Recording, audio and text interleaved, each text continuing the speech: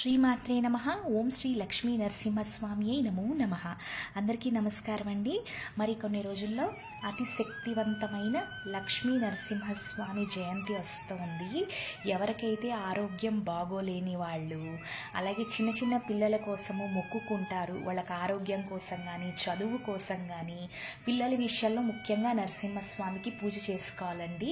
అలాగే ఎలాంటి భయాలు ఆందోళనలు ఎలాంటి ఉన్నా సరే స్వామివారు చాలా శక్తివంతం, ఇట్టే తీరుస్తారు. ఈరోజు సులువుగా ఎలా పూజ చేసుకోవాలో ఈ వీడియోలో తెలుసుకుందాం.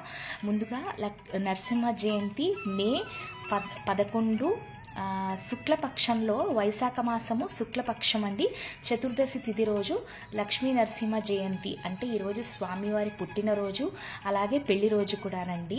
ఇవాళ ఈ వీడియోలో సులువుగా ఎలా చేసుకోవాలో చూద్దాము. ముందుగా నా దగ్గర ఈ లక్ష్మీ నరసింహస్వామి కాపర్ ఐడల్ అండి, నేను అమెజాన్లో పెట్టుకున్నాను. ఇది 600 రూపీస్. నేను లింక్ కూడా పెడతానండి డిస్క్రిప్షన్లో.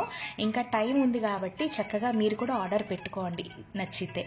స్వామికి చందనం అంటే చాలా ఇష్టం కదండి, అందుకనే ముందుగా నేను ఈ పూజని చందన ద్రవ్యంతో అభిషేకం చేసుకుని, అంటే మీ దగ్గర ఎలాంటి లక్ష్మీ నరసింహస్వామి బొమ్మ ఉన్నా పూజ ఎప్పుడు కూడా మనము అభిషేకంతో ప్రారంభిస్తే చాలా చాలా మంచిదండి.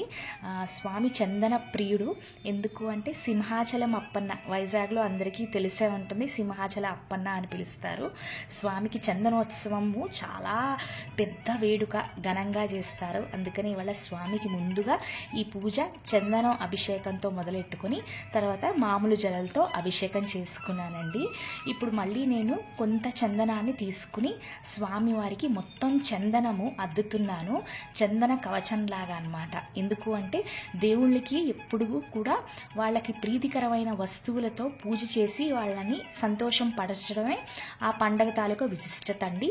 అందుకని మన ఇంట్లో ఉన్న సాధారణమైన వస్తువులతోనే పసుపు కుంకుమ చందనం ఎల్లవేళలా ఉంటుంది కాబట్టి చక్కగా చందనం అంతా కూడా అద్దెస్తున్నాను. స్వామివారికి చందనం అంటే చాలా ప్రీతికరము, ఆయనది ఉగ్ర స్వరూపము కాబట్టి చందనం పూత సింహాచలంలో కూడా ఎక్కువ పూస్తారు. మీ దగ్గర ఎలాంటి విగ్రహం ఉన్నా తప్పకుండా ఈ పని ముందుగా చేసుకోండి. ఈ నరసింహ జయంతి రోజు నరసింహస్వామి ఉద్భవిస్తారండి. ఎందుకు అంటే పూర్వకాలంలో హిరణ్యకశిపుడు అని ఒక రాక్షసుడు బ్రహ్మదేవుడికి ఘోర తపస్సు చేసి ఒక వరాన్ని కోరుకుంటారు. నన్ను మనిషి రూపంలో ఉన్న వాళ్ళు కానీ, లేదా ఏదైనా దేవతలు కానీ, లేకపోతే ఎలాంటి జంతువులు కానీ పగటి పూట కాదు లేదా రాత్రి పూట కాదు, నన్ను అలాంటి వాళ్ళు చంపకూడదు అస్సలు అని అడుగుతారు. బ్రహ్మదేవుడు కూడా తదాస్తు అని ఆ వరాన్ని ఇస్తారు. అప్పటి నుంచి కూడా హిరణ్యకశిపుడు చాలా పెద్ద రాక్షసుడు, చాలామందిని వేధిస్తూ ఉంటారు.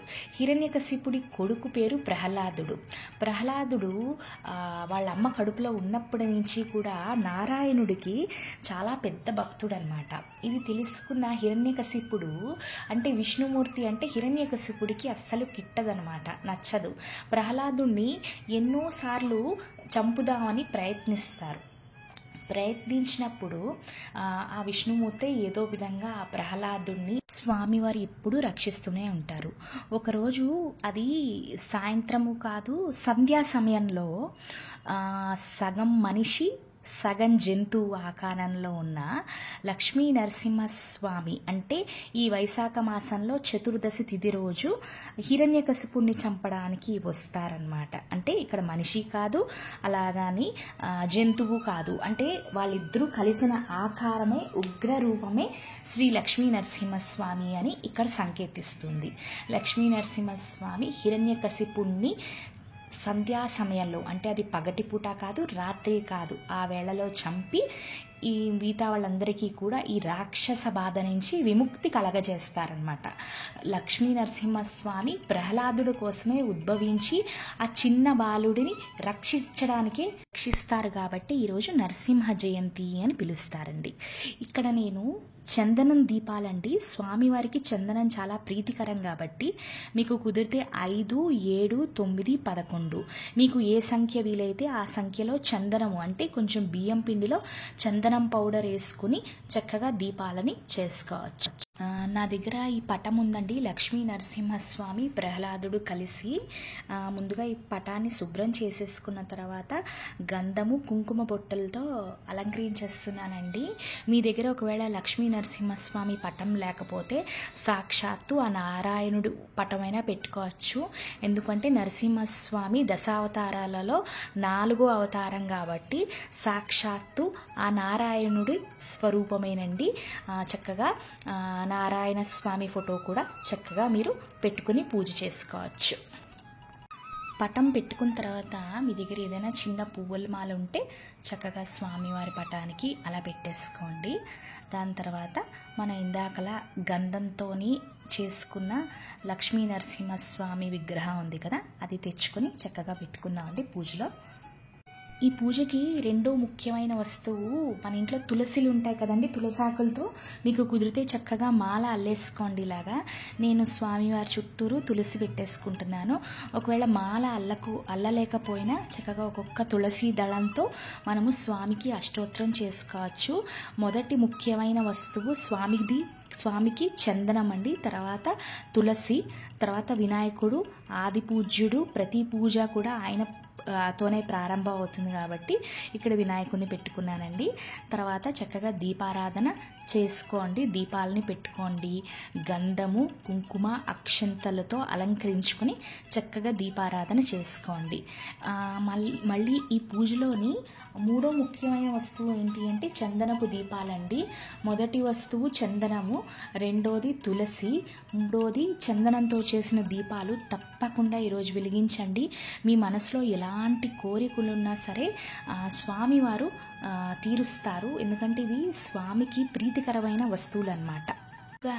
గణపతి పూజతో ప్రారంభించుకోండి. స్వామివారిని ధ్యాయామి, ఆవాహయామి, సింహాసనం సమర్పయామి అని కొన్ని పువ్వులతో పూజ, అంటే మన నిత్య పూజ ఎలా చేసేసుకుంటామో గణపతి పూజతో మొదలు పెట్టేసుకుని తర్వాత ఇక్కడ లక్ష్మీ నరసింహస్వామి కాబట్టి మీకు కుదిరితే నరసింహస్వామితో పాటు లక్ష్మీదేవి అష్టోత్తరం కూడా తప్పకుండా ఈరోజు చదువుకోండి. అంటే అయ్యవారితో పాటే అమ్మవారు కాబట్టి వాళ్ళిద్దరిని జోడించి ఈ పూజ చేసుకుంటే చాలా మంచిది. ఇప్పుడు అన్నింటికన్నా ముఖ్యమైనది నేను ఇందాక చెప్పాను కదండి, చందనం దీపాలు. నేను ఇక్కడ 7 సంఖ్యలో పెట్టుకున్నానండి ఈరోజు స్వామికి. ఈ దీపాలని వెలిగిస్తూ మీకు ఎలాంటి మంత్రాలు పూజలు రావండి అంటే కేవలం ఈ సులువైన మంత్రాలు ఒక్కొక్కటి 11 సార్లు చదువుకుంటూ ఈ దీపాలని వెలిగించుకోండి. ఓం శ్రీ లక్ష్మీ నరసింహాయై నమః. ఓం శ్రీ లక్ష్మీ నరసింహాయే నమః. ఓం శ్రీ లక్ష్మీ నరసింహాయే నమః అని 11 సార్లు చదువుకోండి. ఓం ఉగ్రం వీరం మహావిష్ణుం జ్వలంతం సర్వతోముఖం నరసింహం భీషణం భద్రం మృత్యుర్మృత్యుం నమామ్యహం. ఓం ఉగ్రం వీరం మహావిష్ణుం జ్వలంతం సర్వతోముఖం నరసింహం భీషణం భద్రం మృత్యుర్మృత్యుం నమామ్యహం. ఓం ఉగ్రం వీరం మహావిష్ణుం జ్వలంతం సర్వతోముఖం నరసింహం భీషణం భద్రం మృత్యుర్మృత్యుం నమామ్యహం. చాలా శక్తివంతమైన మంత్రం అండి. రోజు కూడా 11 సార్లు చదివి చూడండి. మీ ఆలోచనల్లో కానీ మీ ఆరోగ్యంలో కానీ మీరు ఎలాంటి సంకటాల్లో ఉన్నా, ఎంత కష్టంలో ఉన్నా సరే ఈ మంత్రమే ఔషధం అండి. అంటే ఈ మంత్రం మిమ్మల్ని గట్టెక్కించేస్తుంది. తప్పకుండా దీపాలు వెలిగిస్తూ ఈ మంత్రాన్ని పఠించండి. ఈరోజు లక్ష్మీ అష్టోత్తరం చదువుకోండి. అలాగే స్వామివారికి ఎర్ర పువ్వులంటే చాలా ప్రీతికరం అండి. మీరు ఈ దీపాలనన్నీ వెలిగించేసుకున్న తర్వాత కొన్ని ఎర్ర పువ్వులు ముచ్చిక తీసేసుకుని స్వామివారికి చక్కగా, అంటే 108 నామాలకి 108 పువ్వులతో చక్కగా పూజ చేసుకోవచ్చండి. ఎర్ర పువ్వులు కుదిరితే ముందుగానే తెచ్చి పెట్టుకోండి. నేను ఈ పూజకి కావలసిన ముఖ్యమైన ఐటమ్స్ అన్నీ కూడా మళ్ళీ చెప్తున్నానండి. మొదటిది చందనం అండి, తర్వాత తులసి దళాలు, మూడోది 5, 7, 9 లేదా 11 చందనపు దీపాలు, తర్వాత ఎర్ర పువ్వులు. ఈ 4 కూడా మీకు కుదిరితే తప్పకుండా మీరు ముందే తెచ్చి పెట్టుకోండి. అందుకనే నేను ఈ పూజా వీడియో కూడా కొంచెం ముందు చేసి పెడుతున్నాను, మీరందరూ కూడా పూజకి సులువుగా సిద్ధం అవుతారని. అలాగే నేను ఆ లక్ష్మీ నరసింహస్వామి విగ్రహం మీకు నచ్చితే నేను చక్కగా విగ్రహము అలాగే ఆ ఫోటో ఈ రెండు కూడా కిందన డిస్క్రిప్షన్లో లింక్ పెడతానండి. తప్పకుండా స్వామివారిని పూజించుకోండి. మనలో ఎలాంటి బాధలు ఎంత భయాలున్నా తొలగిస్తారు. ఇప్పుడు స్వామికి మనం చక్కగా ధూపం ఇచ్చుకుందామండి. అష్టోత్తరము అంతా అయిపోయిన తర్వాత పూజ చివరిలోని ధూపము, దీపము, నైవేద్యము, మంగళహారతి. ముందుగా చక్కగా మనస్ఫూర్తిగా స్వామికి ధూపాన్ని చూపించుకుంటున్నాము, అంటే అగరబత్తి అనమాట. ఓం శ్రీ లక్ష్మీ నరసింహస్వామి నమః ధూపమాగ్రాపయామి అని అనుకోండి. ఇప్పుడు ధూపం తర్వాత స్వామికి చక్కగా దీపాన్ని చూపించండి. ఓం శ్రీ లక్ష్మీ నరసింహస్వామి నమః దీపం దర్శయామి అని స్వామికి దీపం చూపించండి. ధూపం దీపం తర్వాత స్వామికి మనము నైవేద్యం సమర్పించుకోవాలండి. తెల్లవారుజామునే పూజ చేసేసుకోండి.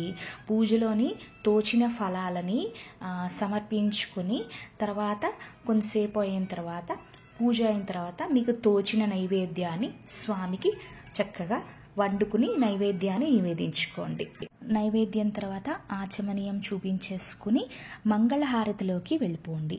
శ్రీనివాస గోవింద, శ్రీ వెంకటేశ గోవింద, భక్తవత్సల గోవింద, భాగవత ప్రియ గోవింద, గోవింద హరి గోవింద, శ్రీ నరసింహ గోవింద, గోవింద హరి గోవింద, శ్రీ లక్ష్మీ నరసింహ గోవింద, గోవింద హరి గోవింద, లక్ష్మీనారాయణ గోవింద, గోపీజనలోల గోవింద, గోవర్ధన గిరిధారి గోవింద, గోవింద హరి. స్వామి దయతో పూజ చక్కగా జరిగింది.